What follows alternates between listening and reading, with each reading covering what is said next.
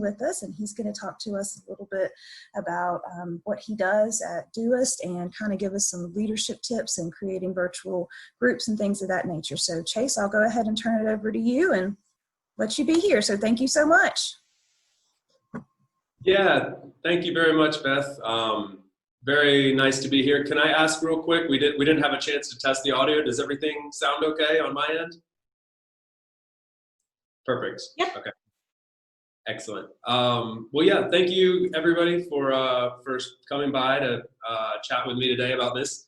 It's a real honor for me to be invited. I'm an App State alumni from 2008 and just really excited to be here. So I'm gonna go ahead and share my screen.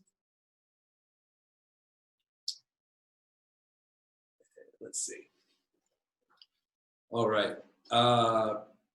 Everybody just let me know if by chance you can't see my screen, but otherwise I'm going to assume that you can. So, all right. So just a quick bit of background on me, and then I'll talk a little bit about Doist, and then get more into the meat and potatoes of the presentation today. But as I mentioned, I'm an alumni from 2008. I graduated from the College of Business with a risk management and insurance degree and minor in international business. And since then, I've got 10 plus years here, but I guess doing the math, it's 12 years since I graduated. I've been working remotely the whole time for a couple different companies, a couple different situations. And that work's been really interesting and really rewarding for me. It's allowed me to live on multiple continents, and actually today I'm talking to you from Valencia, Spain, which is where I've been living for the last 2 years, and managing teams across all time zones and trying to deal with some of the challenges that creates, but mostly just having fun with it and really enjoying the interactions that's brought me. I do some instructing and teaching and consulting on remote work for some other organizations, such as, you might have heard of some of these, or if not, it's perfectly fine. I live in a little bubble of remote work world, but Remote How, Running Remote, Delocate, recently the Future of Work. So this is sort of what I do, and currently I'm head of business development at Doist, which is a software company that focuses on making tools for other remote teams. So we're a remote team of 80 different individuals from 30 different countries, and we make software products to help teams like us. Primarily we build them for ourselves, and then hopefully they work for other remote teams, and for the last 10 years that's been what's held the success of the company up. So this is the remote world is sort of what we're into, and we'd really try to, I guess you'd say, sort of be at the forefront of that remote work conversation. We're often asked to come speak at remote work conferences or talk to teams about how they can go remote. It's not really what we do. I mean, this is not we're not like a remote work consultancy, but we just feel passionately about what remote work can bring socioeconomically, environmentally, closing income gaps, and helping second and third world countries and things like this. So it's just sort of like in our DNA, and it's what we really love doing. So building software is what we do, but this is sort of our third product, I guess you'd say. So I wanted to start, and one thing I'll stop and say really quick is every couple slides, I'll try to just stop and see if there's any questions or something we want to elaborate on a little bit more. But Beth or anybody out there that would just kind of want to chime in at any point, stop me. I'm totally glad to turn this into more of a conversation than a presentation. So please let me know if there's any questions, but also there will be plenty of time at the end. This should just take about 25, 30 minutes, and then we can have time for Q&A if that will be helpful. But so thinking about, why are we here today? Like, why are we talking about, like, quote unquote, like remote virtual leadership and not just leadership? And I think there's a lot of similarities. I don't think we have to like get too granular with, why are they so different? But I do think that there's enough content here to discuss how to really optimize for being a virtual leader as opposed to being a leader in the office. So some of the pros and cons of remote work, which I'm going to touch on here in just a second, are a lot of them are pretty obvious, but some of them actually you can as you start to peel the layers back and dig a little bit deeper, like this report here, which I'll reference multiple times today, was from an organization that I work with sometimes called Remote How, which teaches people how to be remote leaders. They surveyed thousands of remote leaders, leaders from teams that are remote around the world, and asked them a variety of questions. And this one's referencing, what are the challenges you see as a leader specifically being remote? And you can see, you look at this fourth one here, onboarding new members of your remote team, and you sort of dig into that, and you think, how would I onboard somebody that I'm not just sitting in front of all day, that I can't bring into my office and walk them through, how we do this, or show them where the file cabinet is. So you start thinking about these things. How do I cultivate a unique culture remotely? How do we have this tight, unique bond that a lot of companies build their whole culture around? These things get a little bit complicated. So I think it's important to ask, why are we here? And the reason for doing that is because I think most people are recognizing now, if remote work isn't the future, maybe it's already the present because of COVID and what it's done to us, forcing us to go remote so quickly.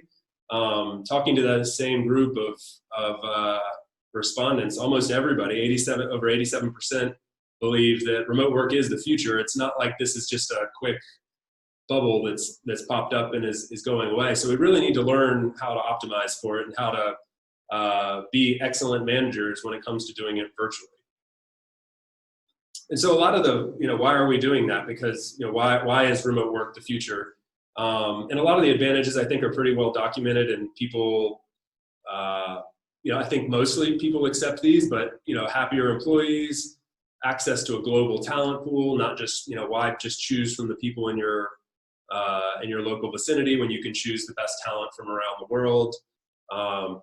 Something that surprises a lot of people, and we'll talk a lot about today, is that employees are actually much more productive when working remotely, contrary to a lot of common belief. Obviously, lower office costs for the company and better employee retention rates. So these are all things that I think a lot of people already kind of accept, but it's important to touch on really quick, because this is the reason that we're all starting to work on why should we be good at doing this remote thing. And it's because it's kind of what people are going to expect if they're not expecting it already. And then if we're going to be in this environment, why not learn to be really good at it? Interestingly, though, when you look at the other side of that coin, because it sounds great on paper that remote work, everybody just gets to work from home and you don't have to commute. That's better for the environment and people are happier and we're still going to be more productive. This all sounds great, but it obviously comes with downsides and struggles. And this is where I think we, as everybody here today, is interested in learning about being a better remote work leader. This is where we can really have an impact. We can move that needle back towards all the positives and steer clear of some of these negatives. So this is a report done by Buffer, which is another one of the leading remote first companies out there. And they do this annual report every year. It's packed with so much great information. You can see the URL there at the bottom of the graph, which is definitely worth checking out.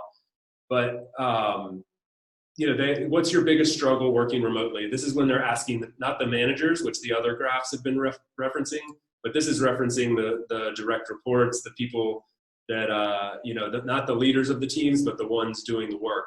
And when you ask them, yeah, we know you like remote work. This is done this survey was sent out to thousands and thousands of remote workers. We know you like it, but what are some of the downsides? And you can see these three at the very top: collaboration and communication, loneliness, and not being able to unplug. Not being able to unplug goes back to the kind of working too much mindset. These make up almost 60% of the downsides that people working remotely feel. So I think, my opinion is that we as managers and leaders, creating teams, building companies, managing people, this is where we can really have a a big impact. If we focus on these 2 or 3 things and helping our team deal with these and creating an environment where these aren't such challenges, then we can really thrive when it comes to remote work. And this is how you optimize for your team. It's really hard for us to focus on, for instance, finding reliable Wi-Fi or distractions at home. That's something that perhaps you can provide some guidance to your teams, but these aren't really the things that are going to help us move the needle. Dealing with how to create a positive collaboration and communication environment, teaching them how to deal with the loneliness factor, creating social interaction, encouraging an environment where you actually have people unplugging from work and leaving work behind. These are the things that I think we can do as managers in the way that we've had success at Doist. And then kind of piggybacking off of that, so this is going back to the other report where we're going back to the vantage point of the managers, and you can see the huge overlap here between what the employees feel is the downsides of remote work and what the managers feel are the downsides of remote work. So, lack of relationships with employees, difficulties with communication. Communication pops up over and over and over again. Decreased employee visibility. I don't get to see my employees working. How do I deal with this? Do I track them all the time? Do I require them to log in on a Zoom call and work in front of me? Do I monitor every time their mouse moves? Things like this. So these are all the things that we're going to talk about. You can see basically the employees and the managers and the leaders, they all see these same problems, and we're all trying to figure out how to deal with them. So my opinion, as leaders, it's our job to intentionally create a positive virtual team culture to address these concerns. And in order to do that, I've kind of broken this down into 3 major points. Defaulting to trust, as opposed to expecting that your team is not going to work because they're working remotely, or expecting that you need to really surveil them and make sure that they're on top of their work or track the tasks that they're doing. We're going to default to trust instead, and we're going to go into all of these a little bit deeper. Recognizing that burnout, loneliness, and anxiety are real, that disconnecting from work is actually a big challenge when it comes to remote work, and optimizing team communication for remote work. So let's start with defaulting to trust. So there's a huge tendency when I talk to team leaders who are transitioning to a remote team, or an entrepreneur who's setting up a company for the first time and they want to create a remote team, but they like the idea of remote. They like that they don't have to have an office space, or that they can hire from anywhere in the world, but they're really not sure how to track their employees' work. How do I keep an eye on my team and what they're doing, and how do I know that they're working? How do I know that John isn't just sitting at home on the couch and moving his mouse every 10 minutes or something like that? So this is generally the first or second question that these people ask me, and I'm always very quick to push them to defaulting to trust. If you hire the right people, and generally we have, it's more the exception to the rule than not, then people are going to really value the ability to work remotely. They're not going to want to waste the opportunity.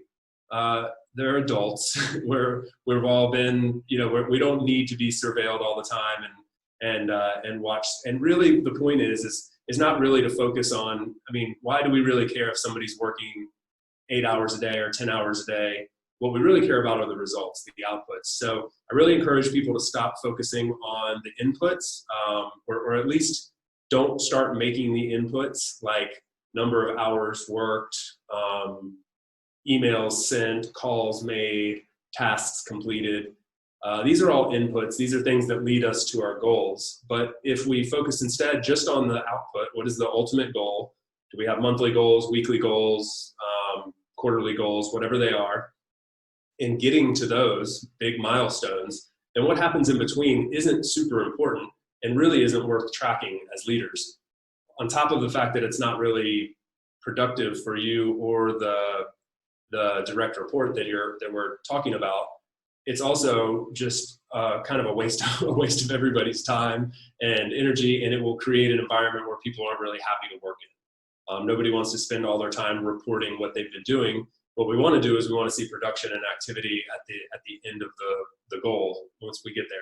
So really try to push leaders to create that environment and to focus on those end goals. Avoid trying to go towards the surveillance state where you're tracking everything. My mom was actually the first remote worker that I knew. She went to work for a company, I think before it was very normal, and they tracked every single thing that she did. If her mouse didn't move every 1 or 2 minutes, she'd get a call from her boss. And this just created such a stressful environment, and certainly not a productive one. She would be the first one to say. So I've always been very quick to try to encourage that. At Doist, for instance, we don't track any hours. We have 80 people in every single time zone, and there's no clock in, no clock out. There's no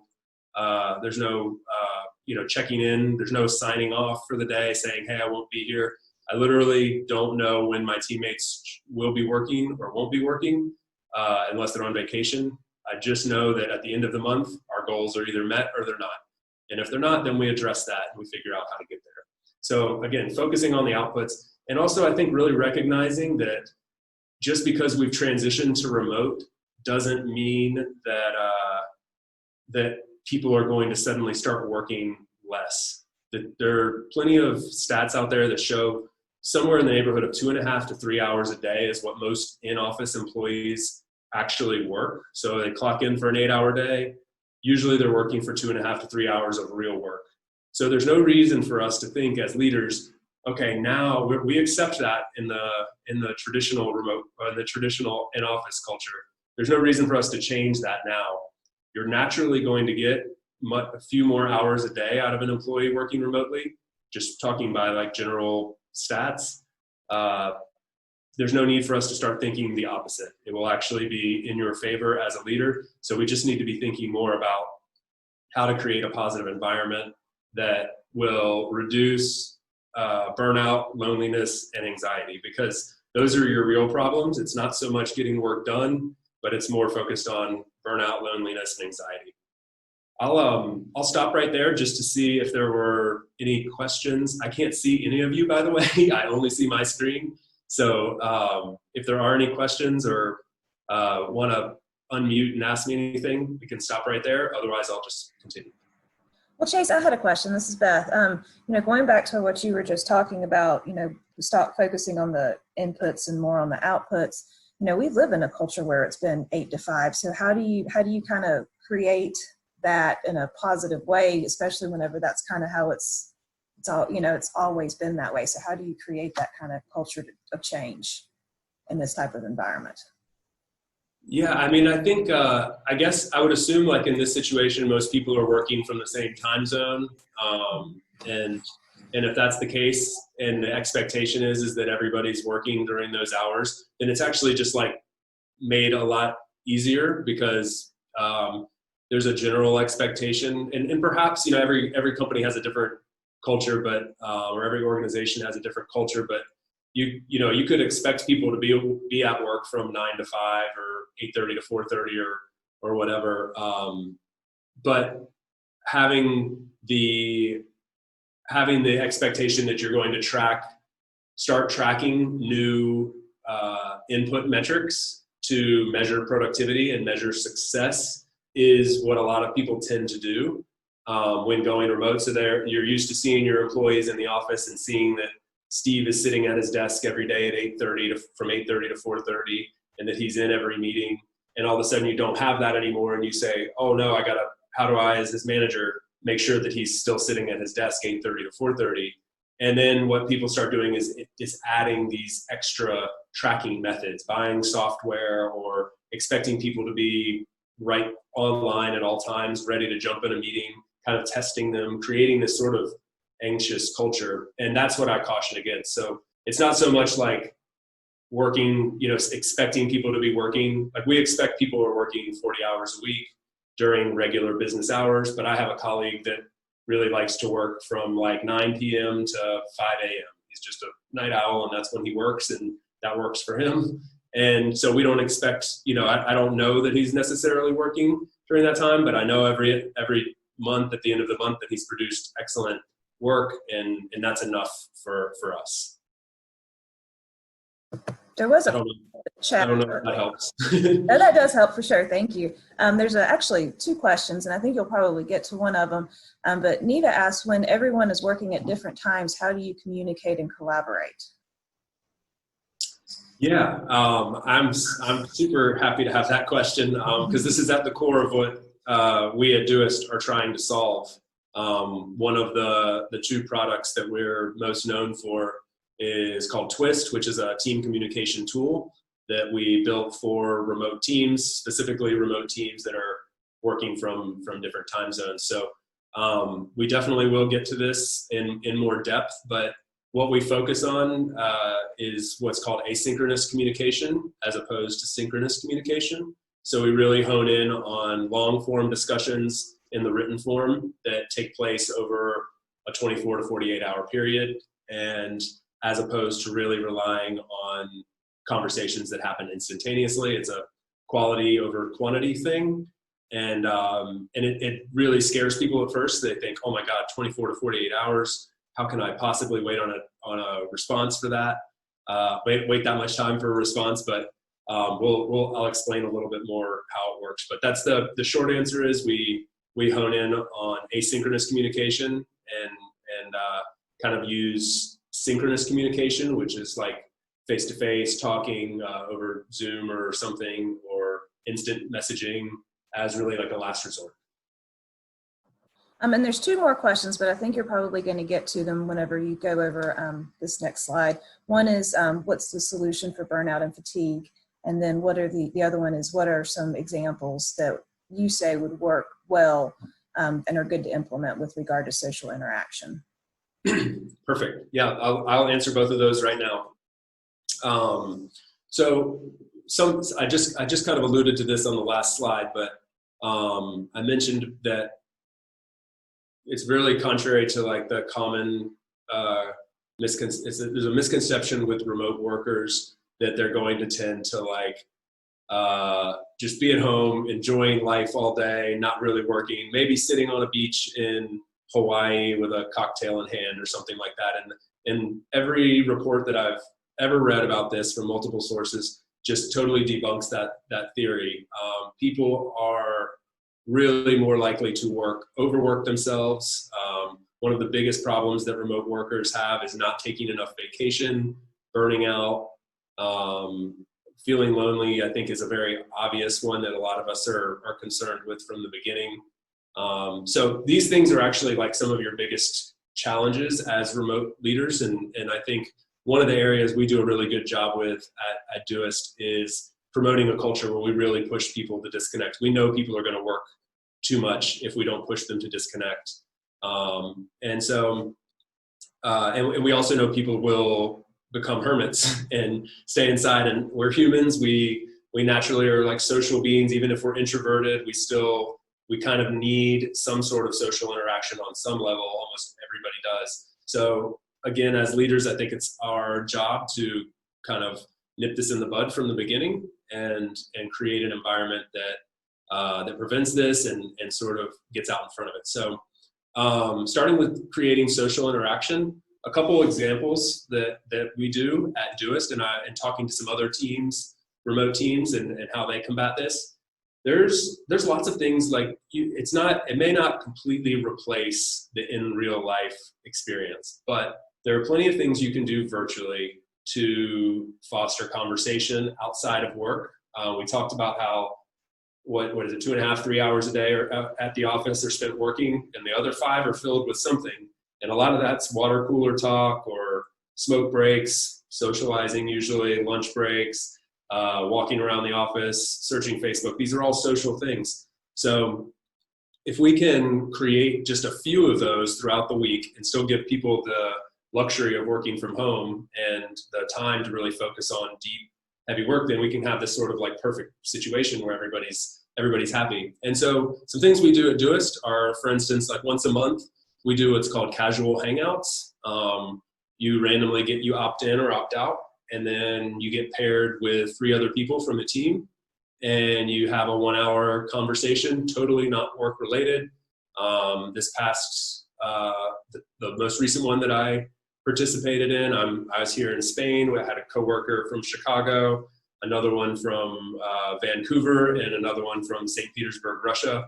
And I never get to see these people, and we had a 1-hour great discussion about how we're all dealing with COVID and quarantine and things like that in our different corners of the world. And it was just so refreshing to have that conversation. I thought, I probably only need an hour of this every 2 or 3 weeks or something, but it's really, really helpful. So we encourage everybody to take that. That's part of our work week. It's not like that's on top of work. We make time for that. We also encourage social interactions amongst employees, just to create their own. If I have a direct report that says, hey, yeah, I've got a meeting set up with Susie this week. Oh, what's it about? Oh, nothing. It's just a social, just to catch up, have coffee or something like that. We encourage that sort of thing. Yeah, you should do that. We tell our team, you guys should do things like that. We also have, we work in our product Twist, which is where we do most of our written communication. But there are other communication platforms out there, Slack, or even email if you're using email, Microsoft Teams. I'm not sure what everybody here is using, but there's ways that you can create like online forums. So we have, in Twist, the product that we're using, we have channels, which are kind of like chat rooms. And they're generally for work. Like we have a marketing channel and a HR channel and a sales channel and all these things. But then we also have these channels set up for things like parenting, gardening, travel, cooking, things like this. So anybody that has a passion that they're interested in, this is a safe place for them to go to chat with friends at work about things that they're interested in. There's also tons of really cool tools because this is a real problem. And I'll just mention one of them because there's tons of them out there and you can do a quick Google search and find them, but there's tons of software out there that's facilitating this kind of thing, playing games together and things like this. And there's this one that I really love called Donut, which will actually set up, if you opt into it, so our team at Doist, for instance, or your teams could have a Donut account.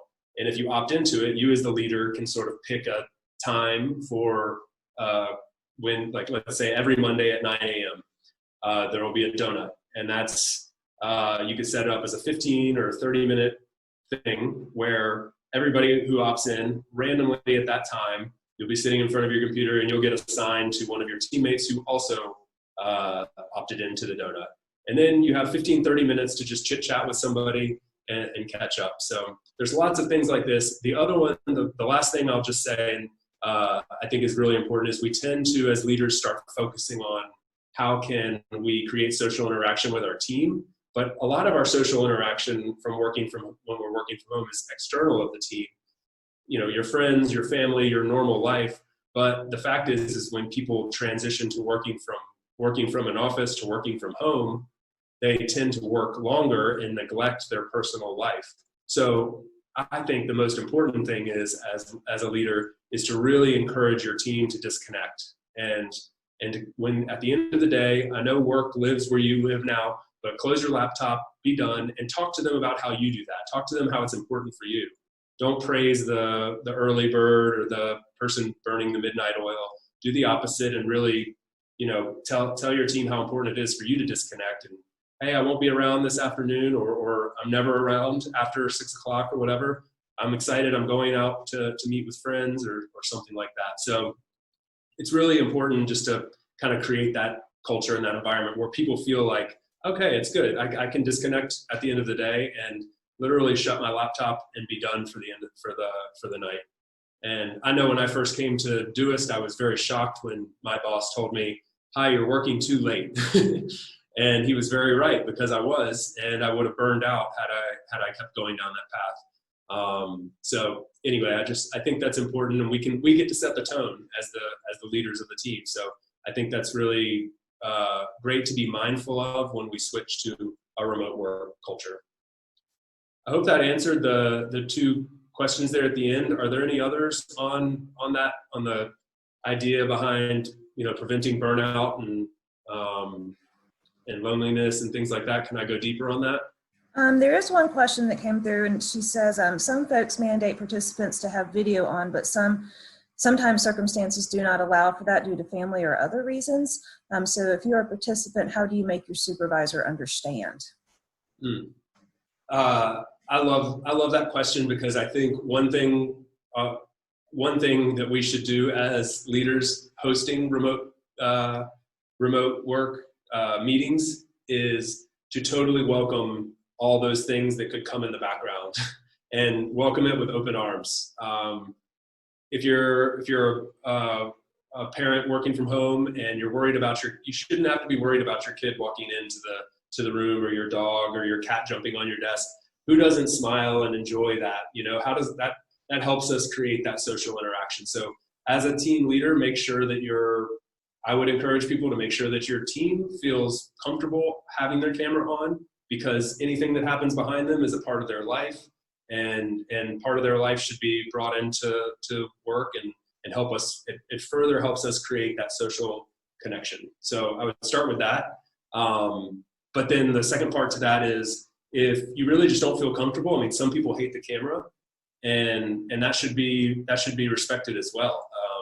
We weren't necessarily built to be staring at screens all day and staring into cameras, and it's not comfortable for some people. So personally, I would never be upset with a direct report that came to me and said, "Hi, I just really don't like the camera. I don't want to be on screen."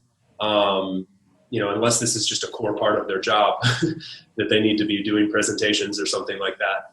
But I would encourage that open and honest communication, especially right now. Like, your teams may have not been built and optimized to be remote teams. You didn't hire people that signed up for this necessarily.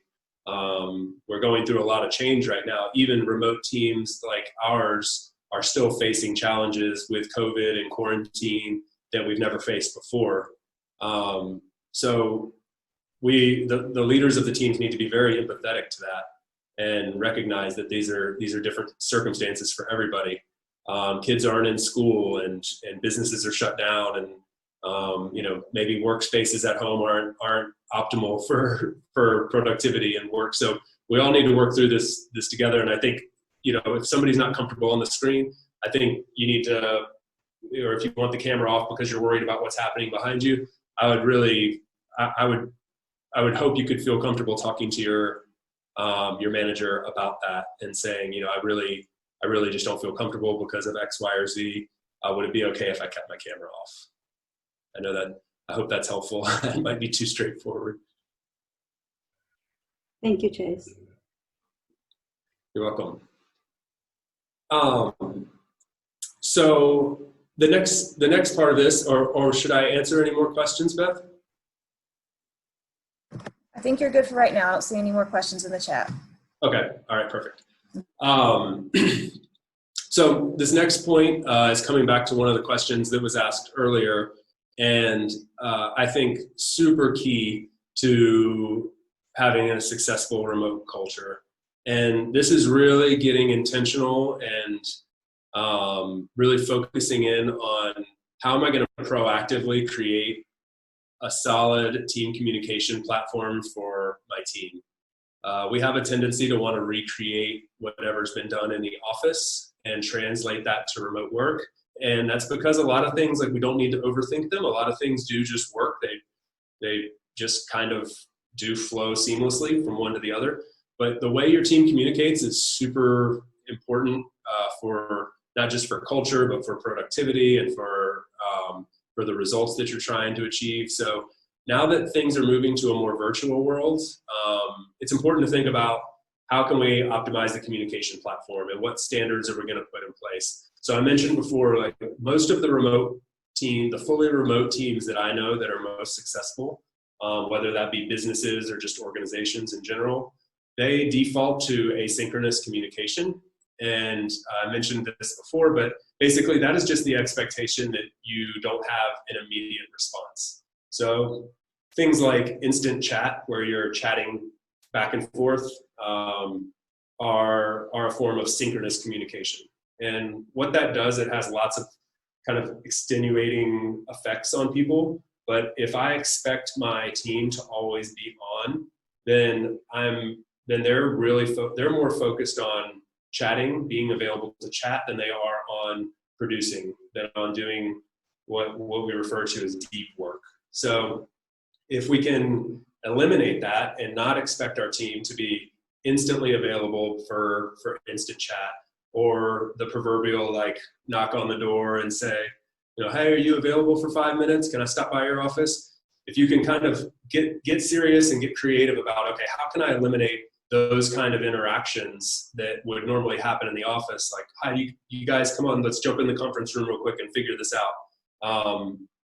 Remove those from the remote world and focus more on asynchronous communication and how we can put things in the written form. So for us, I mentioned we use Twist. It's the tool we built, but there's plenty of other tools out there that allow, Slack is one of the leading tools, which is not really designed for asynchronous communication, but can be used in this way. But Microsoft Teams is another, but it just gives you a place where you can go and you can put things in the written form, and you can start getting rid of these instant interactions. So I would just encourage you to think about that. Like, how can I be more asynchronous with my team and not expect people to be always connected to their chat tools, always be ready to jump into a meeting.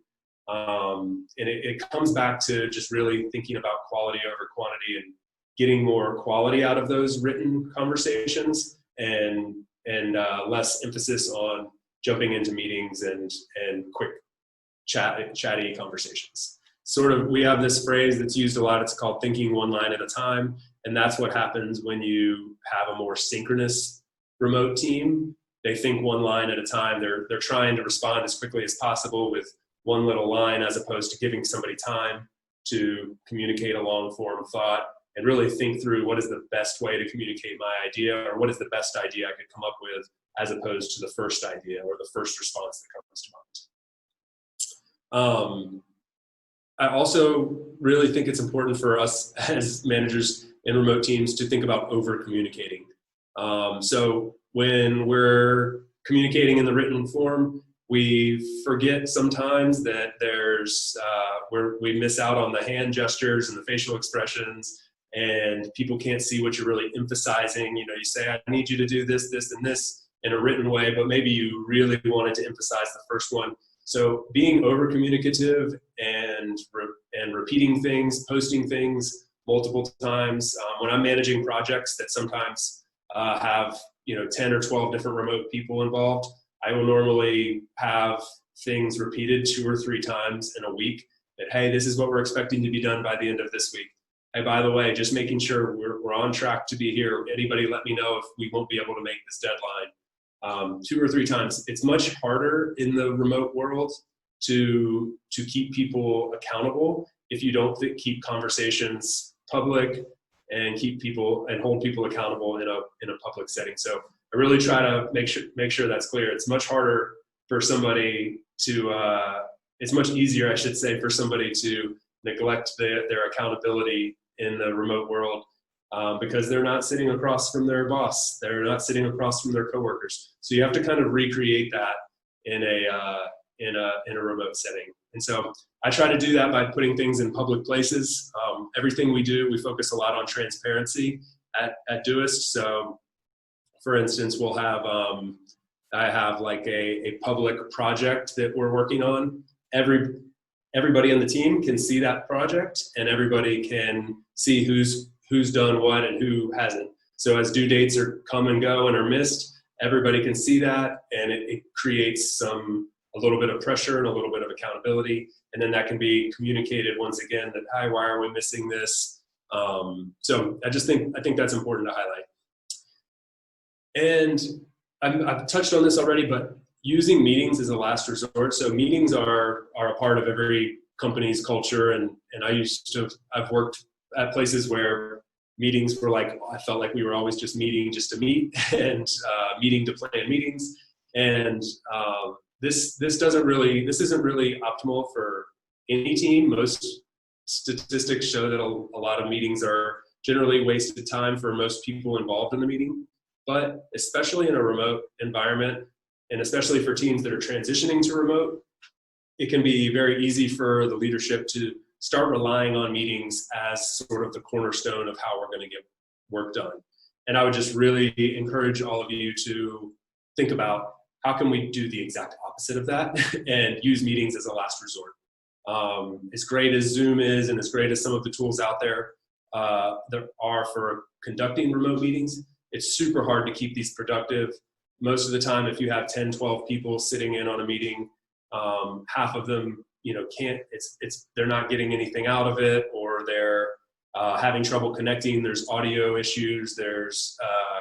It forces people to be, again, like connected at a certain time, and that might not be the best time for them when they could actually be getting like real work done. So it's not that meetings don't have a place. It's just that meetings should not suddenly become what you use as the cornerstone of how you communicate. And I see tons of remote teams or new remote teams do that. They say, okay, well, we used to go into the conference room every day and have a 1 hour huddle where we'd get together and do something. Now that we're working remote, we get on Zoom together and for 4 hours, and we work for 4 hours together in Zoom, or every 30 minutes I'm jumping into a new Zoom call, and just really try to avoid that if you feel the urge or the tendency to start going in that direction.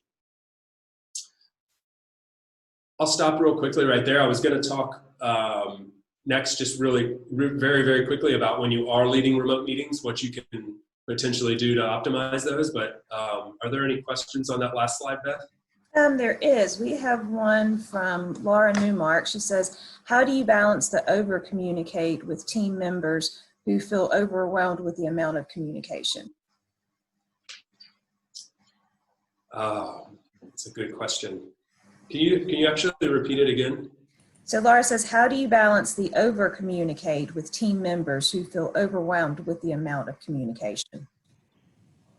Yeah, so I guess I can imagine, like for some people, they're suddenly getting inundated with lots of written communication, and it feels like they're just reading all day, perhaps. I think that's sort of what it's alluding to. Yes, essentially. Yeah. We get communication from the chancellor on down, and then we as a team say, okay, this is what we're going to do. And with all of the communication, it either feels overwhelming or things get lost. And I liked the idea of the public places with deadlines and things like that, makes it easier to say, okay, this is where our goal is, where we need to be at a certain time. But if they're feeling like this is too much, or this email is too long, and so you then send smaller bits so they'll actually read it, and then they're like, that's too many. Yeah. Now you've got 10 short emails instead of one long email. Right. Are you, Laura, and maybe for Beth and everybody, is email the main method of communication, or what is the communication tool of choice with the teams here? So ours is communication, is email is our main form of communication with our entire team. And then we'll do a couple of trainings or team meetings as needed. This was just when we transitioned for sure, and everything was changing, but I'm getting ready to see that with the university making their changes to their catalog or to their calendar in terms of where the classes are being offered, and then whether or not the class is hybrid or online or in person, all of those things, we now are having to communicate that more and more. And I'm really trying to find that nice balance of, okay, here's everything you need in digestible communication. And then some people, you always have the one person who needs to know the why behind it. Do you include that in your first message so that they know why? But then there are other people that don't need the why. Yeah, this is a challenge. And one last question, is it possible, like I don't know how it works, is it possible to implement another tool, or is like another communication tool? If you, like for instance, we're using Zoom for this, but like another written communication tool, or is that kind of prohibited by the university or the organization? To my knowledge, does anybody else want to speak on that? Because to my knowledge, I think we could implement another tool, but I don't know what that tool would be. I don't think Yeah. there's any restriction on that at all. I just think it's whatever would work best for the department or whoever's wanting to. Yeah, I don't think there's any restriction, but sometimes students have had issues and we have to switch to Google Meet or Google Hangout, or you're talking about that platform, right? Any type of platform. Yeah. Like, I mean, There's for no instance, restriction. as I a- mean, especially for classes, I've had to, not as a whole group, because, as a whole group, you have to choose one platform. But if there are individual meetings or small group meetings, and if they're having issues with Zoom or something, I've given couple of other options and people can switch to it. But for a large group meeting, I guess you stick with the platform. Hopefully that works for all. yeah. As a university, we have standardized on the Google tool set. We do Yeah. utilize Mhm. Google Chat, which Yeah. used to be called Hangouts Chat. Yeah. And we do try and standardize on our formats. There are many legal and system-wide obligations that are required. E-discovery, for example. So a lot of the tool sets, if they're used, don't provide that type of functionality. So it can, potentially cause issues. But the main other alternative to email would be Google Chat. Okay. My office has started using Microsoft Teams to try to cut down on some of the email back and forth, like just for inter-office communication. We still use email and things for like with the rest of the university and with our students. That's exactly what I was getting at there, actually. So that's Microsoft Teams is a fantastic example. There are some of the leading products out there that are used for exactly that same use case that was just mentioned, to cut down on internal email. So everybody in the world's using email, and we have to all use email.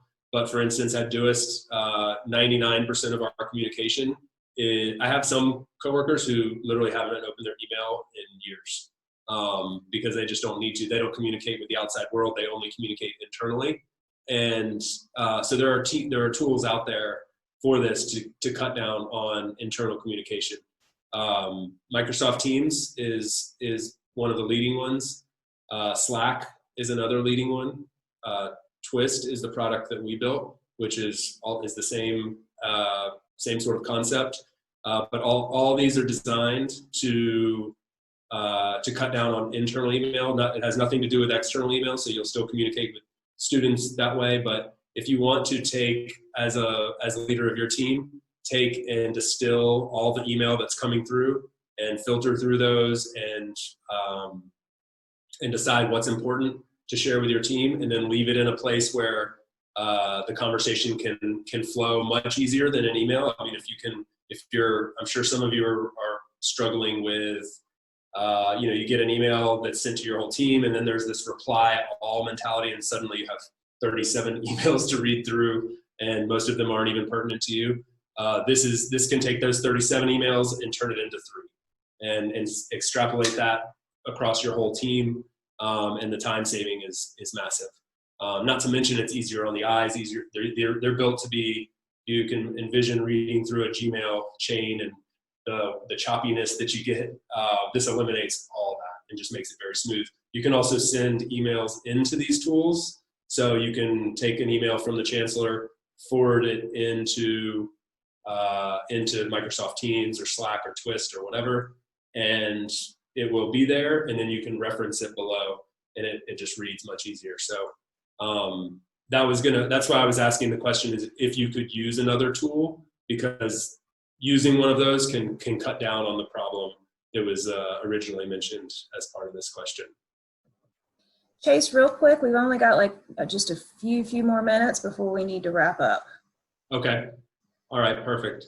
I will fly through these next couple slides real quick in case there's any more questions. A lot of this goes without saying, perhaps, but I think it's just really especially important when leading remote meetings. I'm actually just going to focus in on this first bullet point mainly, which is regularly scheduled meetings as opposed to ad hoc. So as opposed to saying, hey, I'm available as your leader. I'm available from 9 to 5 for meetings. I'm on Zoom whenever you need me or whatever. Set up regularly scheduled meetings with your team and push them back to asynchronous communication, push them back to the written form. And if there's anything that needs to be addressed in face-to-face, try your hardest to avoid saying yes to every meeting request and say, okay, we'll cover that, add that to the agenda for our next regularly scheduled meeting. That could be every week, could be every month. I personally only have one hour meeting with each of my direct reports every month, and that is plenty. We cover everything else. Every now and then we need another one, but we've moved to a point where that's plenty, and we spend the rest of our time actually getting stuff done, and everybody's happier for it. And some of the tools, we're using Zoom today. So for actual video conferencing, I've tested every tool out there, and I think Zoom is by far the best. Doodle is a great tool if you're trying to get people on the same page. Let's say you have 10 people and you're trying to figure out when is the best 1 hour slot for all of us over the next week. Doodle gives you that ability. People can opt in or opt out of all the different times, and you can find the one that works for you. It's free. Calendly is an awesome tool. I use this to schedule all my meetings. So I basically just have a link with a bunch of different types of meetings, 15 minutes, 30 minutes, an hour, product demos, whatever. They have different styles of meetings. And when I share that unique link, people can see my calendar, book a time that I've created is available. I get to opt in to what times are available and which ones aren't. So then people can book meetings with me, or vice versa, I can book meetings with them. So those are all some of the cornerstones of how I handle meetings. And I just want to touch real quick on this hybrid approach to remote work. So a lot of people think that there's this like Goldilocks situation where, right now a lot of people are being forced to work remotely, and some people are missing the in-office environment. So the expectation is that we'll probably go to some form of like where a lot of employees, after people go back to some form of normal work, people will go to companies, organizations, universities, will go to a situation where people are working from home and from an office. And this sounds like the perfect situation. I just want to mention that if we get to that point as a leader, just be aware of some of the downsides that come with that. A lot of those downsides center around people working satellite from away from the central office or away from where everybody else is working, often end up feeling left out. Decisions get made in the office that aren't relayed to others. All of the culture of the company, the tools used, the communication style usually tends to be optimized for the in-office setting, and then therefore it's really not well optimized for the people on the outside. So if you have a 50-50 split of people in office and people out of office, you'd have 50% of your employees working in a not optimal way. And that can be pretty detrimental to your organization. So a lot of people think that that's going to be the perfect approach. And I've worked in this setting, and there's a lot of studies being done on the hybrid approach, they call it. And it's not always as great as it seems. So just being aware of that can be very helpful. And I just wanted to end by saying, when you talk to people from both remote teams and non-remote teams, generally remote work is just work. Remote leadership is just leadership. People just want good leaders. Be empathetic and don't try to change everything. We don't need to shift things completely because we're moving to remote work. We just need to tweak a few things, pull a few levers, and make sure that remote work is working well for our team, and just being intentional and cognizant about it, and not trying to recreate the office environment, and just be a great communicator, be organized, do all the things that our teams expect of leaders is I think really just a great starting point. And that is it. Well, thank you, Chase. I so appreciate it. We weren't right up to the time. So does anybody have any very last minute pressing questions for Chase? Or I'm sure that we can get you his email also. There it is. There you go. All right. Well, thank you so much, Chase. Thank you for taking the time. So what time is it where you are in Spain? I am 6 hours ahead, so it is now 5 p.m. Oh, okay. I was wondering when you said that. Well, thank you for taking the time to be here today and enjoy your evening, I guess. We'll enjoy the rest of our day and you enjoy your evening. Yeah, thank you guys very much. I love seeing Beth's background there. It makes me feel like I'm back in Boone, which seems beautiful right about this time of year. So It is. Great It to is. hear. I'll send that background to you. yes, please do. All right. Thank you guys. Have a good And one. anybody feel free to email me if you'd like to talk further about any of the things that we discussed today. I love talking about this stuff, so always happy to. Thanks, Chase. That's Peacock Hall in the background for you. Sorry. I said that's Peacock Hall in my background for you. There we go. That's great. Thank you. Bye. Bye, guys. Thank you.